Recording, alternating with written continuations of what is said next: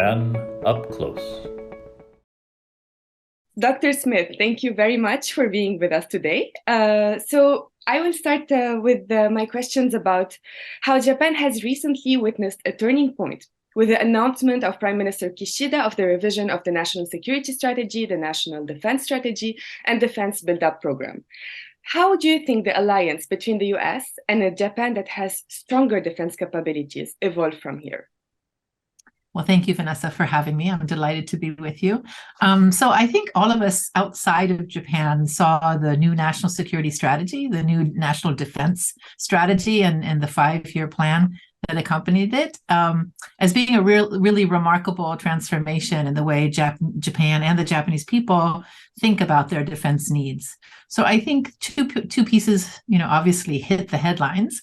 One was that Japan was going to up its defense or security related spending to 2% of GDP. And Japan has typically only spent around 1, maybe 1.1, maybe 1.2% of its GDP on defenses, depending on the year. So this is quite a striking statement of Japanese intention.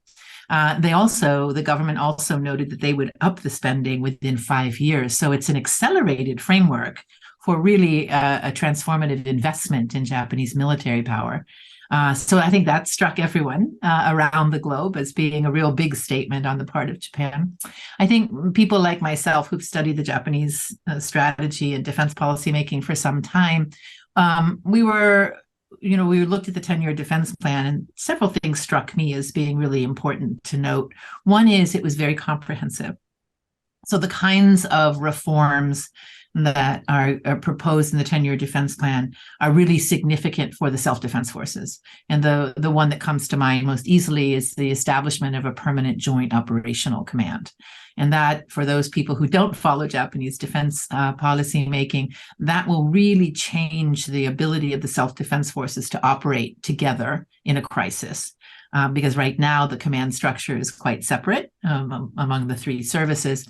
And there is a joint staff office, but the role of the joint staff office is more policy than operations. So this is a really pretty significant change. And it's been in the works since the 2011 earthquake and disaster. So that's important. There are other things. There are some very, some striking headlines in the counter-strike, the acquisition of counter-strike capability, which again simply means that Japan is going to extend the range by which missiles will be able to defend Japan against potential aggression. So right now, Japan has coastal defenses and 100, 150 miles offshore. It will acquire air defense missiles, so that will be another 300 maybe miles.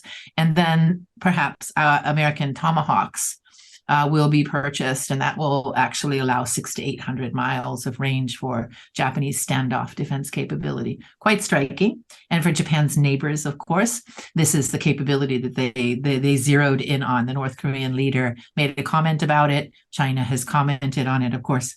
But there are other changes, and I think these less sort of sexy, if you will, headlines of the defense plan are based on Japanese sustainability in case of a conflict. So the kinds of things we're learning about when we're looking at the Russian invasion of Ukraine, the need for consistent access to fuel, to munitions, the kinds of things that will allow the self-defense forces to defend Japan in a sustainable manner over time.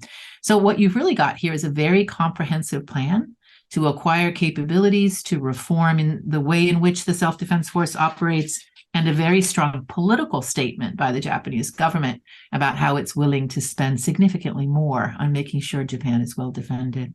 So where we go from here is, just very briefly, obviously the US and Japan now will have to absorb these changes in Japanese capability and policy.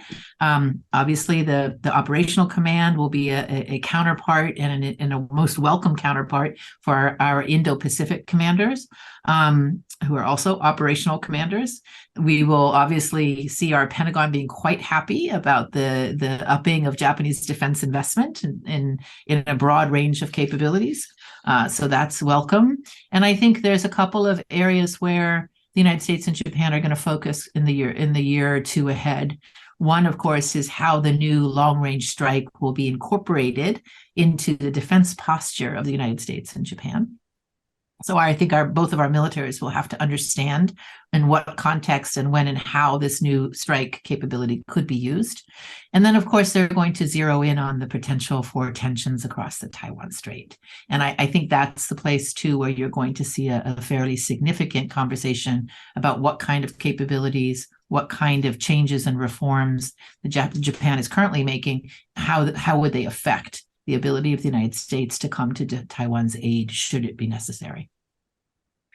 Thank you very much for a very informative answer. And as you mentioned, clearly Japan is very determined to implement those changes and is showing a great active role in the international community. And it will host the G7 summit in Hiroshima in May 2023, a role which comes with great responsibility and especially in an increasingly complex environment.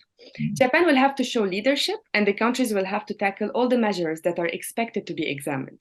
What are some of the most pressing issues that you think the G7 countries should focus on? So the national security strategy, deserves to be pointed out because all of the headlines in these documents that were released in December were all about the military pieces of the puzzle. But that national security strategy that was issued by Japan begins first and foremost with Japanese diplomacy. And so I think you're very correct in pointing out that Japan's leadership role in diplomacy is really critical. I have been surprised by Prime Minister Kishida's willingness very quickly after Russia invaded Ukraine to sanction Russia.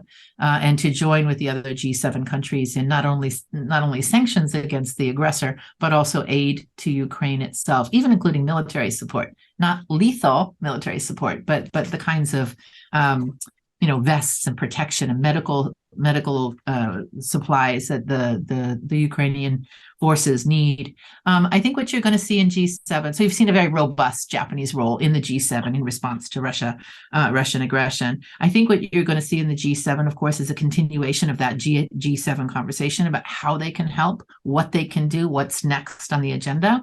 I think you're also going to see Japan really focus on building a bridge between the G7 countries and the global South, what we refer to as the global South.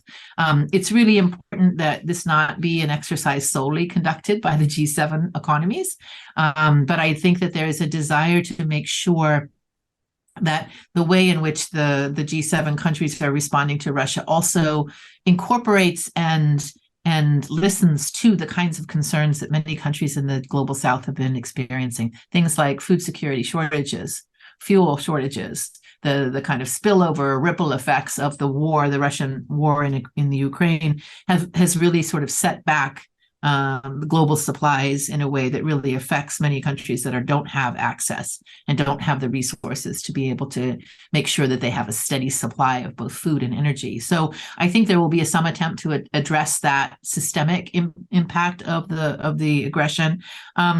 There's the obvious point, of course, that Prime Minister Kishida himself comes from Hiroshima. And so I suspect that he will want to include in the G7 meeting a reference to the threats that President Putin has made to actually use nuclear weapons in the context of this conflict.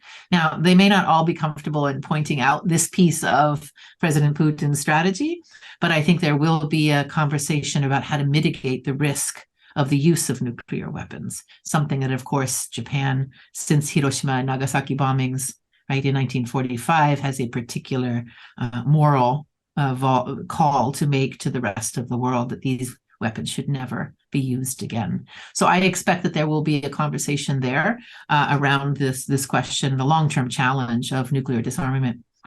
There will be other things. I think the G7 is first and foremost an economic gathering rather than a political military strategic group. So I think I would expect that climate change, these other issues that, of course, all of our countries worry about, these will be also on the agenda. But I think the first three items that I noted will probably be the priority for the G7 countries. Thank you. Of course, all countries are really waiting to see what will come out of the summit, and the pressure is on. You mentioned economic gathering, and I actually want to talk about the trade agenda, which is getting more directly related to national security. And building stronger supply chains is getting increasingly challenging, especially following COVID-19 pandemic and the Russian invasion of Ukraine. So in this turbulent environment, would trade agreements such as the CPTPP be a possible solution to build a future of the Indo-Pacific economic order? And what are some of the reasons that prevent the US from joining this partnership, according to you? Well, I would love to see the CPTPP become the primary focal point for this conversation. However, absent the United States, I think there will be other venues in which we discuss some of these issues. Unfortunately, I mean, I'll answer the last part of your question first because, in fact, it's a fairly straightforward answer: is our politics. Trade agreements have been increasingly seen in the United States as not to the advantage of the United States, which is stunning to me as a consumer who lives in the United States. But I think and I think some people think this is all about the Trump administration, but in fact, it's not. If you go back to the 2016 election and the Democratic National Convention, in which Hillary Clinton was nominated to be the Democratic candidate, there were no TPP signs coming out of the audience. So both of our political parties, Democrat and Republican, have apparently decided that the TPP in particular, but trade agreements writ large, are not necessarily in the best interest of the American worker. I don't think this is the case, but our public seems pretty convinced. So we're going to have to take some time here in the United States to redirect our national dialogue on this question of trade and its role in American economic prosperity. And that'll take, I guess, it'll take this administration, but probably the next and maybe the next too. So I would love it if we were back to TPP soon, but I'm not so hopeful. So you see, for example, the Biden administration putting forward the Indo-Pacific Economic Framework, trying to engage in a dialogue about economic activities in a way that's constructive, even though we're not ready and willing to offer increased market access to the United States. So I think there's an attempt here, at least, to address the economic concerns of the region, but we'll see how that works out. I do think the economic security issue, which is what you raised at the beginning of that question, is really paramount now in the policymaking communities, not only here in Washington, but in Tokyo and in Brussels. Across the EU, Japan, and the United States, you're starting to see a real focused effort to address what is increasingly seen as the vulnerabilities of economic interdependence. For a long time, I grew up in a world where economic interdependence, at least rhetorically, was seen as the way to peace and prosperity. I think you've got a different conversation today, and it's for all the reasons you noted. The Russian invasion of Ukraine has highlighted supply chain issues, but so too has the use of leverage, economic coercion, if you want to be more stark, by China, of countries that it wants to have a different political relationship with. And I think the country that stunned most of us was when China decided it was going to impose tariffs on Australian goods after the Australian government sought to ask the WHO to investigate the cause or the locale of the location at the beginning of COVID. So I think the states are now using economic levers of influence in ways that were not the norm in decades past. But I think it's true. The COVID-19, the pandemic itself, has really laid bare the vulnerabilities that we face in situations that are different than what we've experienced in the past. And I think during the COVID pandemic, I don't know where you were, but I was here in Washington, D.C. in the United States. And, it just became very obvious that many of the equipment and medicines that we needed for our medical professionals, but also for the rest of us who had to go grocery shopping or do something at the height of the pandemic, these things were not available. So PPE, masks, I couldn't order masks from Amazon.com for the first 6 months. It took, and then the masks came from Korea. They didn't come from United States producers, right? So again, I think the COVID pandemic has really revealed to many countries, right, that economic interdependence is good when you're not in a crisis scenario, but there are certain crises in which we should all be prepared to respond to with our own provision of goods and services. So I think this is a lesson that we are still trying to find the answer to. You see all the ideas of friendshoring and, opening semiconductor factories in major manufacturing countries. This is going to continue to be worked through. intellectually and also practically as policy for some time. And I don't know that we've got the full answer yet. I don't think that decoupling from China, for example, is a solution. Not for us, not for the American people, not for the Chinese people, certainly, and not for the people of Japan or the Europeans either. So we're going to have to figure out certain ways in which our publics can feel safe and secure during various kinds of crises. And with various kinds of critical technologies available at home, but also continue to see each other as trading partners, as building on each other's prosperity. And so I don't know which direction economic security planning is going to go at the end of the day. It could end up being a very zero-sum game, even for the allies. Japan, the United States, and Europe. We may find ourselves competing with each other for productive capabilities or capacities or for critical resources around the globe. And I think there's a lot more for us to develop in our thinking about what kind of security are we really talking about, and what kind of technologies, and who needs to have the productive capability in their own territory, and what can we rely on each other to provide. Complicated time, I think, for the global economy, but also for our own thinking about our security. Complicated indeed. You have mentioned that the US might start competing with its allies, and I would like to maybe focus a little bit more on this. With the US general election in 2024 approaching, this is a very important moment that is likely to determine the situation between the US market and the Indo-Pacific one, and more particularly the competitive situation between the US and its ideological rivals. So what do you think will be the role of US allies, particularly Japan, in regards to this competition? Well, let's just say the 2024 election, everybody is looking ahead with some trepidation to what's ahead. Our politics, I think, for our allies, Japan, as much as our European allies, Korea, Australia, I think everybody is looking at American politics with a great deal of concern. I think our partisan divide has never been greater, although some of my American historians or historians of America will differ with me on that empirically, that we've had moments that were much worse, including our Civil War. But in my lifetime, I think I have never seen us quite at the level of antagonism, red states, blue states, right, as we are today. And I certainly never thought I would witness something like January 6th in the United States. So I think it's something to take seriously, whichever party you prefer. I think it's not necessarily a partisan issue in that sense, but I think it's a real moment, I think, for Americans across the political spectrum to take a reflective, deep breath, if you will, on the future of our democracy and what's required for us to talk to each other and elect people who want to govern for the country, not just for their supporters.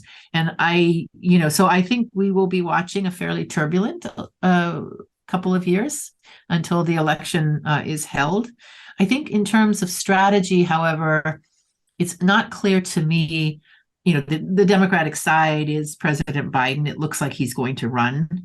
And if he does run, then that means our foreign policy will be very predictable in that sense, because we'll know what's coming with the Biden administration if that's the case. If he doesn't run and other Democrats decide that they are going to throw their hats in, then I think you'll have a little variance on priorities across the spectrum of Democratic candidates. I think what's less obvious to me is the Republican pool of candidates. And so I think it's too early yet to know who's going to be in the mix. So Nikki Haley, as you know, former ambassador to the United Nations, has thrown her hat in the ring. Everybody is expecting that Florida Governor DeSantis will be in the primaries. We could also have, Mike Pompeo, former Secretary of State. So, to a certain extent, to the extent that we're going to see people who have been in government before, we'll be able to understand their perspective a little bit better. But somebody like a Ron DeSantis, we don't know. We won't know until he develops his foreign policy vision and agenda. It's also true that on both sides of our spectrum, left and right, we have people who are quite isolationist in their thinking. And I say that as a word to try to describe the idea that allies should do more, we should do less. We should focus internally on the United States. our allies can take care of their own defenses. American taxpayers shouldn't be paying for the defense of other countries. It's a core idea since burden sharing and all this has been a part of American politics for a long time. So you can hear that coming for different reasons, but it's similar arguments from both sides, both ends of our political spectrum. So I would say for those of us who are looking at the alliances specifically, and not necessarily just Japan, that we should be prepared that this will again be part of the public discourse and debate in our 2024 election. I think Japan holds a particular place. Mr. Abe, former Prime Minister Abe, was seen as the most effective allied leader in managing a very unpredictable and mercurial American president. We referred to him as the Trump whisperer, which I don't know if you know that language, but we have people who are horse whisperers and dog whisperers, people who have a certain talent for dealing with. And so he had a very highly respected talent for dealing with President Trump. But I think the Japanese government has understood that it is going to have to work with whoever comes, and whoever comes may not have deep foreign policy expertise. And I think your political leaders in Japan have very adroitly managed what has been some of the bumpiest foreign policy decisions of late. All that being said, we are in the middle of a moment in world politics that I think the U.S. leadership is desperately needed, not to say what has to happen, but to work with our allies in building a coalition response. And I'm specifically thinking here, obviously, of the Russian aggression against Ukraine. That is not a sustainable. I don't think you can sustain a coalition response without a deep American engagement in it. And I know that our allies in Europe and in the Indo-Pacific feel the same way. So I think it's a moment where America drawing back from its allies, drawing back from this coalition building role could really have adverse consequences for our allies. And many of us didn't think that force would be used again in the way it's currently being used in Ukraine, especially not in Europe, right? I think we all thought that era for Europe was behind us, but it is not. And I think it's been a real rude awakening for many of our allies to understand that even with the United States as an ally and partner, aggression of that magnitude is possible. So I hope whoever the candidates are, whoever the successful person elected to be the next United States president, that they understand very carefully and very keenly just how important the American role in the world is, not just to us, but for the world itself. So I hope we will have a judicious conversation about that, and it won't just be rhetoric, and it'll be a deep foreign policy conversation that will take into account the dangers to America for allowing this kind of aggression to take place. So fingers crossed, we will all be working hard to have a public conversation on our foreign policy. I think there's a lot of Americans, not just the foreign policy elites or academics or people like myself, but I think there's a lot of Americans who understand that the world today is a far dangerous place without American engagement than it would be with American engagement. So hopefully that's the conversation we will all have and find some consensus on. And let's hope that the changes that are taking place in Japan and other countries are paving the way for a more balanced, as you mentioned, relationship between the US and its allies. In his New Year's address, Prime Minister Kishida expressed his willingness to pursue realism diplomacy for a new era. Since the foreign policy of other major powers in the Indo-Pacific are also based on realism, will the pursuit of Kishida's administration of such a foreign policy contribute to a more balanced and cooperative relationship between the US and those nations in the future? So I think Prime Minister Kishida has a very what's the right word? Has a very astute grasp of the moment that we're in. And I would say Japan has always had a realist approach to its diplomacy, even with the idealism that it brings because of Article 9 and its position on non-proliferation. I think the Japanese decision-making has always been very keenly aware of the global circumstance and how it affects Japanese national interest. But there is no period, for the same reason I just spoke about the American, choices ahead. There is no period like it, I think, that we've had to deal with. And so I think Kishida-san has been very carefully, making sure that the Japanese public is also paying attention to the importance of the moment. So I think his leadership has been incredible on the global stage. We looked to his predecessor, Mr. Abe, as being a statesman of incredible skill. But I think Prime Minister Kishida is also showing that he understands the world keenly, and he understands how important the Japanese voice is in this particular moment for making sure that we continue to advocate for a rules-based order, but we do so from a position of strength. And that's how I interpreted that quote that you provided, the realist diplomacy for a new era. And I think the Japanese people understand this, because I sense that there was very little opposition to the idea that Japan had to dig deep and invest more in making sure that its security was provided for, but also that its participation in the G7 coalition, but also in the coalition of US, the Indo-Pacific, including the Quad. I think you're seeing the Japanese public have a very strong support for the Kishida approach as well. So I think the signals that this is sending outside the country have been very positive, to like-minded countries. But I think it's also been received in countries that may have different approaches than Japan and the United States. So I appreciate and applaud the activism of Japan on the global stage. And I hope that both Mr. Kishida and Foreign Minister Hayashi continue to be as engaged and as articulate about the causes that they're supporting as they have been to date.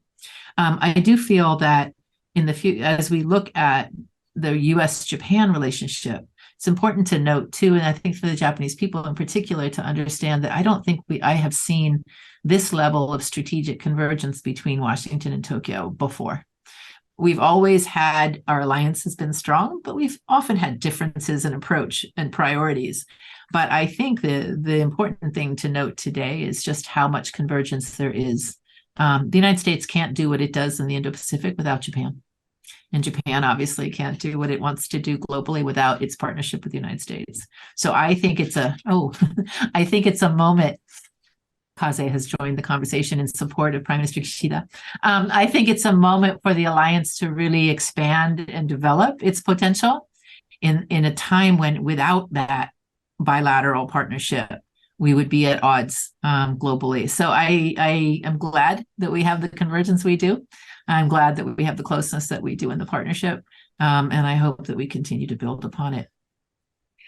Thank you very much, Dr. Smith, for this very insightful conversation and for your time. Thank you very much. It's been a pleasure. Japan Up Close.